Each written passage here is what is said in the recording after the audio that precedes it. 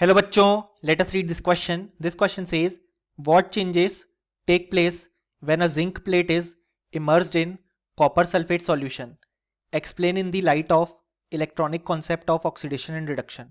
So इस question में हमसे पूछा गया है कि जब हम जिंक प्लेट को इमर्स यानी कि पुट कर रहे हैं इन कॉपर सल्फेट सॉल्यूशन तो कौन से चेंजेस होंगे ये हमें एक्सप्लेन करना है.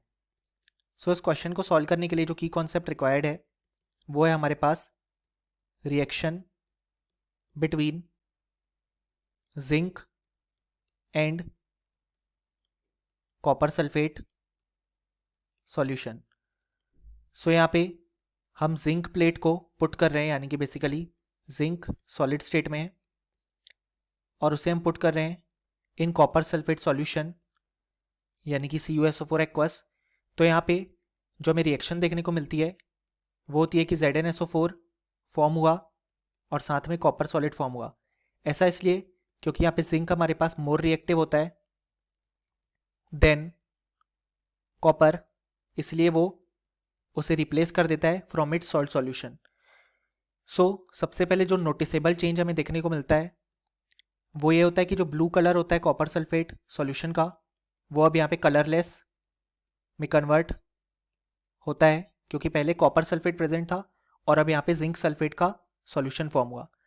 अगर हम यहाँ पे ऑक्सीडेशन और रिडक्शन की रिस्पेक्ट में बात करें तो यहाँ पे जिंक का ऑक्सीडेशन स्टेट है 0 क्योंकि वो अनकम्बाइंड स्टेट में है. यहाँ पे जिंक का ऑक्सीडेशन स्टेट है +2 क्योंकि वो Zn+2 और SO4 2- के फॉर्मेट में बेसिकली प्रेजेंट होगा. यहाँ पे CuSO4 में कॉपर का ऑक्सीडेशन स्टेट है +2 और यहाँ पे है 0 क्योंकि यहाँ पे CuSO4 के केस में Cu+2 और SO4 2- के फॉर्मेट में वो प्रेजेंट है और यहाँ पे कॉपर सॉलिड में वो अनकम्बाइंड है इसलिए 0 ऑक्सीडेशन स्टेट.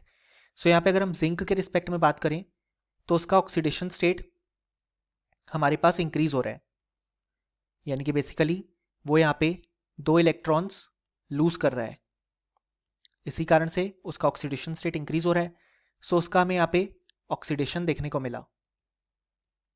अगर हम बात करें यहाँ पे कॉपर की, सो कॉपर का ऑक्सीडेशन स्टेट डिक्रीज हो रहा है फ्रॉम +2 to 0 क्योंकि वो यहाँ पे जो 2 इलेक्ट्रॉन जिंक ने लूज किए उन्हें यहाँ पे वो गेन कर रहा है. सो यहाँ पे बेसिकली हमें कॉपर का रिडक्शन देखने को मिला क्योंकि उसका ऑक्सीडेशन नंबर यहाँ पे डिक्रीज हो रहा है और वो इलेक्ट्रॉन गेन कर रहा है. ये चेंजेस ऑब्जर्व होते हैं जब यहाँ पे zinc plate copper sulphate solution में इमर्स की जाती है. सो ये था हमारा final solution. Hope you understood it well. Best of luck.